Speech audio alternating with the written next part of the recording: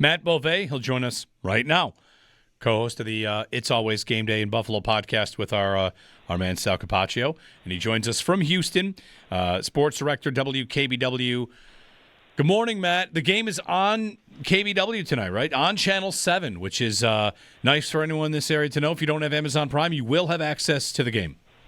Yes, exactly. Thank you guys for having me. I appreciate it. We're excited. Obviously, every time we've got a Bills game on, we get really, really excited about it. But it is a good reminder for everybody who lives in the Buffalo TV market. You do not need to have Amazon to be able to watch the game tonight. And I know that pretty much everybody with a TV in Buffalo is going to be watching the game in some capacity. So our coverage starts at 7:30, and we hope we can see you there. Well, it's a big one for the Bills. I mean, they're all big to stay in the playoff, or whatever, stay in the division race. I think they're going to stay in the playoff race no matter what. But the division race, they can't afford many slip-ups. You know, there you're talking about how they can win against this Texans defense. Let's start with this offense, which found a formula against Tampa. And while I don't know that they can do that exact same thing tonight, it is, to me, Matt, one of the most encouraging games we've seen this year because of that formula and maybe seeing it in future games against New England, against Cincinnati, and on and on. Philadelphia maybe even, where you're leaning more into the ball in Josh Allen's hands, which is usually a good thing. Yeah, definitely it is. And I think that, honestly, bringing back a player like Gabe Davis did a lot for the offense, and I know that he only had the 3 catches for 40 yards, so it's not like the stats completely jumped off the page, but there were plays that he was making that were opening things up for others. Like the perfect example of that is the James Cook receiving touchdown, where a bunch of guys just kind of sucked into Gabe, who was running down the field, and then James Cook was completely wide open. Just being able to stretch the field does so much for the passing game and the offense, not even when you were going down the field. It just opens things, and I think that's the difference between a game where you had a Gabe Davis and a Josh Palmer back, as opposed to a game when, like, Keon is on the field. And that's not to say that he doesn't have a skill set that this offense needs to eventually figure out.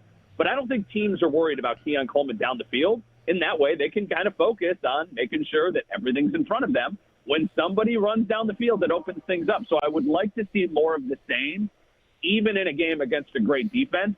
The one caveat here is do not turn the ball over against this team, and you should win the game. Because I do think that your defense is going to do enough to really slow down the Texans. So as long as you don't make crucial mistakes, I still feel like offensively you should be able to do enough to just score at least more than Houston's offense. Right. It almost feels like it's the worst matchup to repeat what you did against Tampa, because they were Allen was a little reckless against the Bucs, but when you get giant plays like that, it can make up for it. This might be the game where you can't have that happen. Yeah, this might have to be a boring game, which stinks after seeing what they were able to do on Sunday against the Bucs.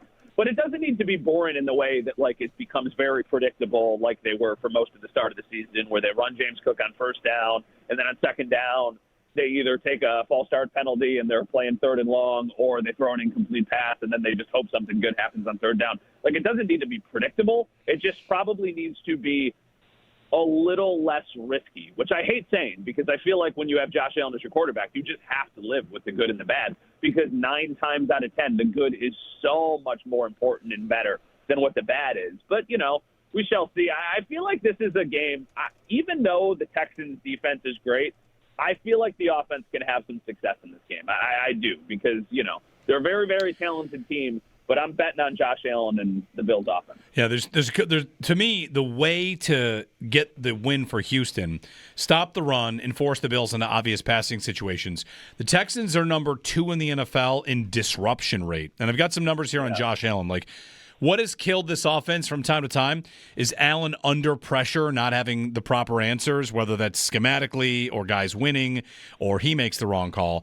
His sack percentage this year is up at 6%, which is the highest since his second season, which was the year they lost in Houston in the playoffs. So, as long as this is probably a little bit of a conservative game plan, Matt, to talk about it this way, but stay ahead of the sticks, right? Don't get behind the sticks, as they say.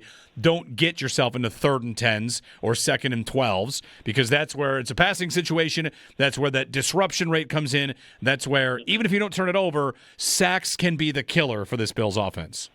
Yeah, and that's why it feels like it could be a big game for the running backs in the passing game, just because there might be times when they just need to take what the defense is giving them. And it ended up not biting them in the butt because they scored 44 points. But I even think back to that 4th down interception that Josh threw against the Bucs, where Ty Johnson was wide open in the flat, and he was getting a big gain on that play. Like, those need to be the plays that you just make sure you're taking against a defense like the Texans, because you also know, like, okay, as long as we don't make the crucial mistake, I like our defense's chances at least slowing down the Texans and giving us some favorable situations, and I think being able to create some chaotic plays against their team. So, yeah, I feel like this is a game where we see Ty Johnson involved in the passing game, where we see James Cook involved in the passing game, and I think that this could be a Khalil Shakir spot too, because it's been a bit of a quiet stretch for him. I feel like in a game like this, he is valuable for kind of taking what the defense is giving you and just trying to go down the field methodically as opposed to these huge chunk plays. What do you make of Coleman being inactive, if he is? It's out there from Cover One. If he is inactive tonight, Matt, we were talking earlier, like, how does he get back in? Because maybe this is not as much about the meeting as now a second game could be more about just you got two guys that play the same type of role as him that gave you more. Yeah, I was looking at the numbers, and the sample size isn't great, but at the beginning of the week, I was wondering, with Keon Coleman in 22 regular season games with the Bills have averaged 29 points on offense, which is really good. But without him in 6 games, they've averaged 36.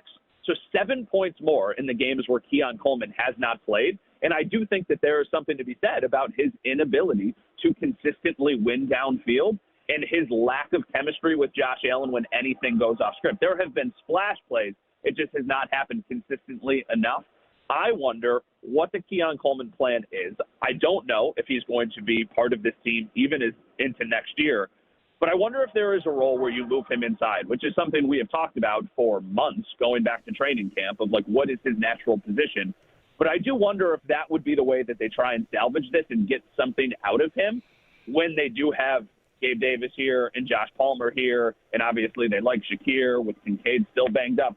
It just feels like they got to find something for him, or he is just going to be a rotational guy. Like, in a must-win situation, I do not think right now Keon Coleman would be on the field. I think that they would trust Gabe more. I think they trust Josh Palmer more. I know they trust Khalil more. And then obviously Dalton Kincaid seems to be their most kind of effective pass catcher right now. I don't know when he gets back. I would assume he plays against the Steelers just because then there will be some time that have passed and you want to see how he responds. But, yeah, no, I listen, what they did against the Bucs was not broken, so don't try and fix it. Replicate what you did in that game and run it back on a short week. You wonder, I'm not even sure, like, how the CBA works. Like, they've got this mini bye after the Thursday game. They might just say to him, like, you're going to stay in town. You're going to be here every day. You're going to be working with us every day. You know, everybody else maybe goes home, but we'd like you to voluntarily stay behind to do more work and to rebuild this trust and this relationship. Who knows? I'm not exactly sure how that works, so we'll see. Yeah, they got to, I mean, obviously, the wide receiver talk is not going away. Right. And, you know, like, this is going to be what we talk about all offseason again, probably, because they need to find somebody. But I just don't know what their long-term plan is. Like, because then it brings back the Kaiir Elam conversation of, did they hold on to Kaiir too long, and then they kind of plummeted any sort of return they would get for him? Is there any return for Keon Coleman if they moved on? I don't really think there would be. So is he more valuable just in the building and hoping that he turns into something that he hasn't been in the first year and a half? I really don't know what's going to happen with him. It's a really interesting kind of layer to the future outlook of what this roster is. Matt Bove, did you get any good barbecue down there? Is it Stubbs? What's the famous barbecue place? There's a bunch of them, but I feel like Stubbs is the one I always hear about. Yeah, I did not actually. I ended up actually getting Italian food last night, but it was really good. So shout out to the Italian restaurant I went to. Houston is a weird – Houston's a beautiful city, and it's massive, and it's cool. But every time I've come here, something really weird has happened with these Bills games in 18 and 19 and 24. So, like, that's the one thing in the back of my head of, like, why can't this team just play normal football games when they come and play inside the stadium? So I guess we'll see if that changes this evening. They haven't won there since 2006. Oh, my gosh. Has it really been that long? That's the Lee Evans game, right? 83-yard touchdowns? We'll double-check that, but I think that is... Peerless Price. Yeah. I mean, they should have won the playoff game. They were up 16-0. True. How crazy is... I've thought about the playoff game a lot this week. That game was bananas. And this team has played some insane football games over the years, but that was kind of our first dip into the waters of the chaos that is Josh Allen. That game was nuts. Yep. Remember the kickoff at the start of the second half? Yes. Where the guy was just talking about that. Ball, and the Bills picked it up, and it was touchdown. No, he gave himself up. And just there were so many layers to that game that are just ridiculous. The mystery black coat referee that came on the field and overruled the head referee that took the touchdown off the board. How about the fact that Allen scored his first playoff touchdown in that game, Matt, and he caught it from John Brown? Yeah, I know. How about him taking deep shots down the field to Patrick DeMarco? Pat DeMarco. All right, you've convinced. I'm watching that game back this afternoon. Thank you. I'm watching that game back this afternoon. Listen, what we should do someday after the Bills win the Super Bowl, we should all rent out the biggest theater in town and watch the goofy games. And I'm telling you, that's going to be number one. You will watch the second half of that Texans game, and you will not believe the things that you forgot. Allen takes a... I'm looking at the box score. Did I forget that Corey Bajorquez attempted a pass in that game? Because he was 0 for 1. Okay. As the Bills punter. Allen at one point takes a 30-yard sack fumble. Oh, it was an absolute... It was chaos. It was amazing. My wife came to that game. I was working. She came to the game. And when Josh took that massive sack fumble and turnover on downs, she left the game with a couple minutes left thinking it was over. Yeah, they got the ball back. And then she called me and was like, hey, let me know where we're meeting up after the game. And I'm like, Andrea, it's in overtime. Where are you? And she's like, oh, I'm down the street getting tacos. I thought they lost. I was like, they're in overtime about to win. And then Cody Ford took that penalty that wasn't a penalty, and it kind of booted him out of field goal range. And then it was just, that game – the Vikings game from a couple years ago that was absolutely bananas. There would be, I think if they ever win, you could look back on those so fondly of this is crazy what we've been through. Here it is. There's a minute 35 left in the fourth, and the Bills have fourth and 27 at the Houston 42, and Allen takes a sack from minus 19 on 4th and 27. That's amazing. Yeah. That's nuts. The Texans then proceed to go 9 yards on 4 plays. They don't get a 4th and 1. The Bills get it back and kick a field goal, and we're on to somewhere overtime. in there's a lateral to Dawson Knox that goes the over his head. whole game is nuts. And meanwhile, the player that led that game in targets, you remember it? Duke Williams? Yeah, Duke Williams. All right, I need to rewatch this football game. In overtime, while we're just doing this, in overtime, the Bills have the ball 1st and 10 at the Houston 43 in overtime. Right. You are 10 yards away from let's kick and win. Yeah. And that's that holding penalty. I mean, holy God. They get called for a block. Cody Ford, illegal blindside block. Yep. And do you remember to get to that 1st and 10 at the 43, they converted a 3rd down to Dawson Knox on a play where he should have been tackled 3 times. Yeah. And all of a sudden, it looked like the Texans just forgot to tackle. And then the minute I thought they were winning was Josh found Devin Singletary on a scramble play. And I was like, oh, my gosh, they're going to win this game. Yep. And then, of course, everything happened, and they didn't win that game. Do we remember who they would have played had they won that game? I'm pretty sure they would have gone to Kansas City. Really? I think it would have been the Chiefs. I'm pretty sure. Unbelievable. Okay. Yeah. Never mind. Well, look at the bright side. Then it would have been 5 out of 6. Sorry, I didn't mean to do that. All right, thanks, Matt. Enjoy the game.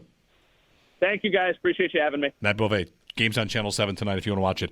I have gone back and watched the second half of that game, and I'm telling you, man, you're not ready for it. You're preparing yourself for the craziest half of football you've ever seen, and it's even more so